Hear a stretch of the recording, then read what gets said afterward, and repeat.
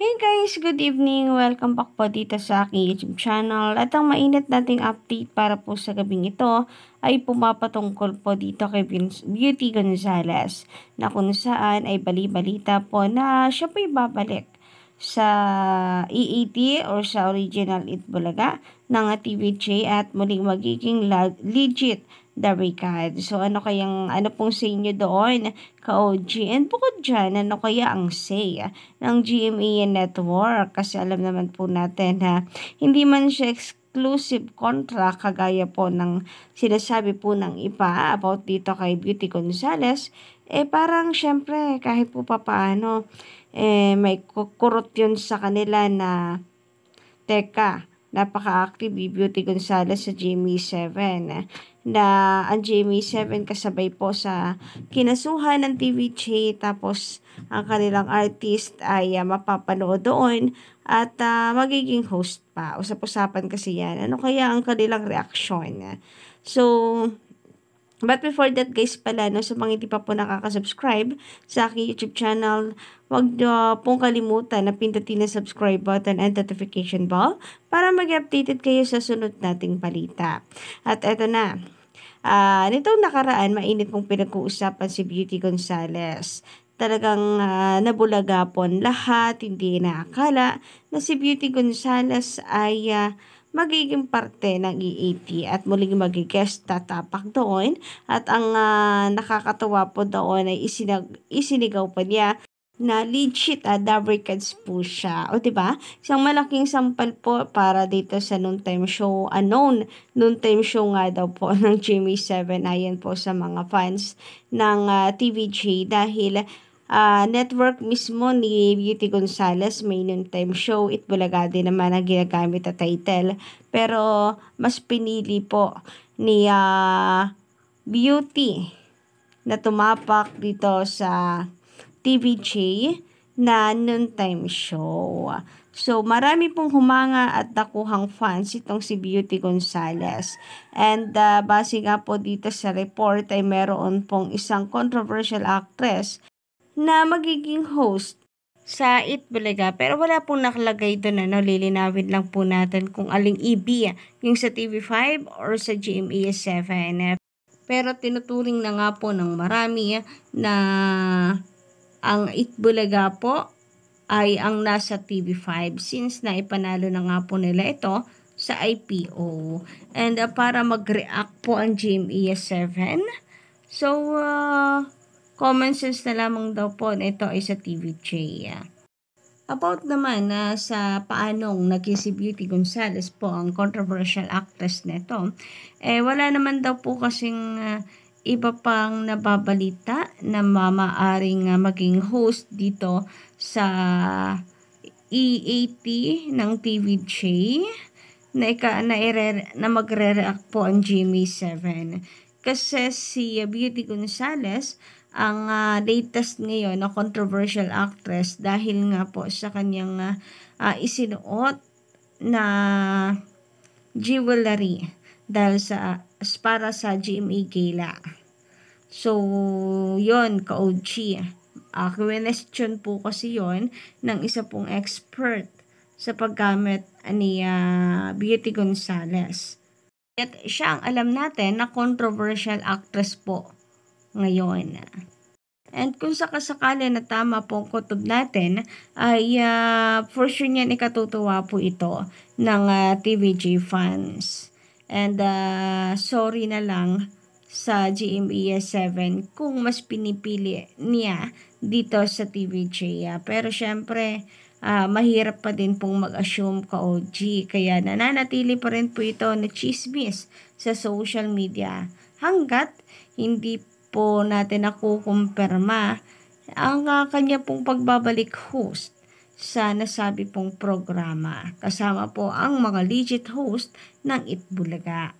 Sabi nga dito, controversial actress papasok sa Itbulaga.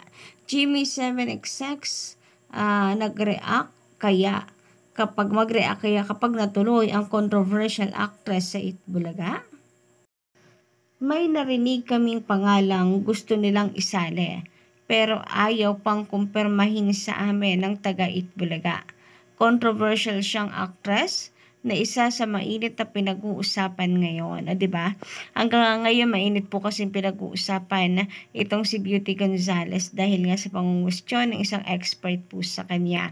Kaya kung may controversial actress ay siya po yung kilala natin ngayon. Samantala sabi pa dito, siguradong pag-uusapan ang controversial na actress sakaling mapasama siya sa revamp na Itbulaga. So, revamp na Itbulaga mo talagang sa TVG to, no? Ka-OG.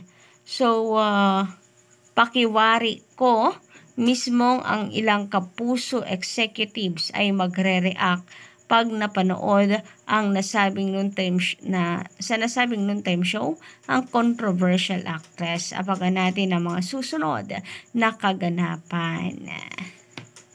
Samantala, pag-usapan naman po natin ang patungkol po dito sa The Intellectual Property Guys or IPO na kung saan ay clarified nga daw po nila na ang Halosos family na nagmamay-ari ng Television Production Exponent Inc.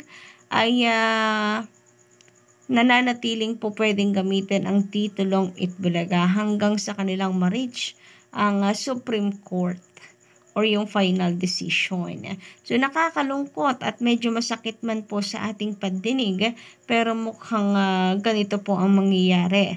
Mahaba-haba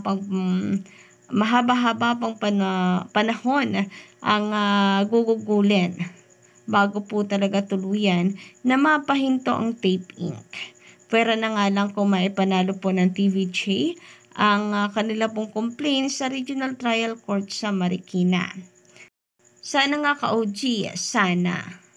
Praying po tayo dahil medyo talagang masakit pakinggan ng Itbulaga po ay patuloy nilang isinisigaw sa GMA7. Samantala, sabi naman ni Sir Michael Amor, magandang gabi. Yung lawyer ng Tape Inc. mukhang misreading the disclaimer. So, ayun na nga, may nakalagay kasi doong disclaimer. Kaya, iniintay din po natin ang pag-update ng IPO website. Kung i-update po nila ito, sana i-update na po agad-agad. Pero kutob ko ay baka po kailangan maipanalo po muna ng TVJ sa Supreme Court ang laban bago nila tuluyang burahin sa website ang trademark po ng Tape Inc. Nako, talaga namang ayaw pong magbigay ng Tape Inc. At sundin na lang po ang demand ng mas nakakarami pong Pilipino. Samantala, sabi naman dito ni Len Pargas, magandang gabi, kalokohan ang dahilan na para sa tao kapag bakit pag pinalitan ba nila ang name at patuloy ang show, need tanggalin ang tao? If sabi ninyo yung mga sponsor nakapirma sa tape, idadahilan nyo pa ang employee nyo. So, ayun na nga. Anong reason? Kanila pong ikinakatwiran daw po kasi ang employees, maraming mawawala ng trabaho. So, kung nasa taping naman ang kontrata nitong advertisers, bakit kailangan nilang idahilan ang mga tao? Kasi mananatili na may maipapasahod naman sila dahil hindi magpo-pull out ang kanilang mga advertisers kung totoo kanilang sinasabi. Or ang chika pala rather, ang chika na sa Tape Inc. talaga nakapirma ang mga sponsors. Samantala, sabi naman ni Victoria Medina, magandang gabi. Bakit makulit sa attorney Maggie? Ewan, ayaw tumigil. Baka yun lang ang client niya. Nako, kung di nga siya mangungulelat, wala na siyang kita. Ayun naman kay Miss Arisalina Pineda, magandang gabi. Attorney Maggie, alam mo, matalino ka. Bakit hindi mo open yung mga mata mo? Dahil ba pag sumuko ka dyan, kasi mawawalan ka ng kita. Hanap ka ng ibang client na makakabayad sa'yo. Sayang. Sayang ka. Sayang talino mo. Alam mo, Alam mo na pero patuloy ka pa rin. And isa pa sa kinagagalit po ng mga Digitaricans, nagmumukhang kontrabida ang TVJ sa kanila pong mga interviews. Nagmumukhang mandaraya or merong luto ang nagaganap, may mekos-mekos na nagaganap dahil na rin sa mga pahayag ni Attorney Maggie. So, ito yung hindi po talaga nagugustuhan rin ng marami. Kaya, maghanap na lamang daw ng ibang kliyente. Yun na sa panig ng katotohanan para hindi naman daw parating pangbabatikos ang maging laman sa social media sa pangalan po niya. Kasi, ano pa rin po hindi dikit sa kanyang pangalan as disrespectful. So, kayo ba guys, anong updating nyo? Hanggang dito lang po muna ang ating update. Don't forget to click the subscribe button and notification bell for more updates.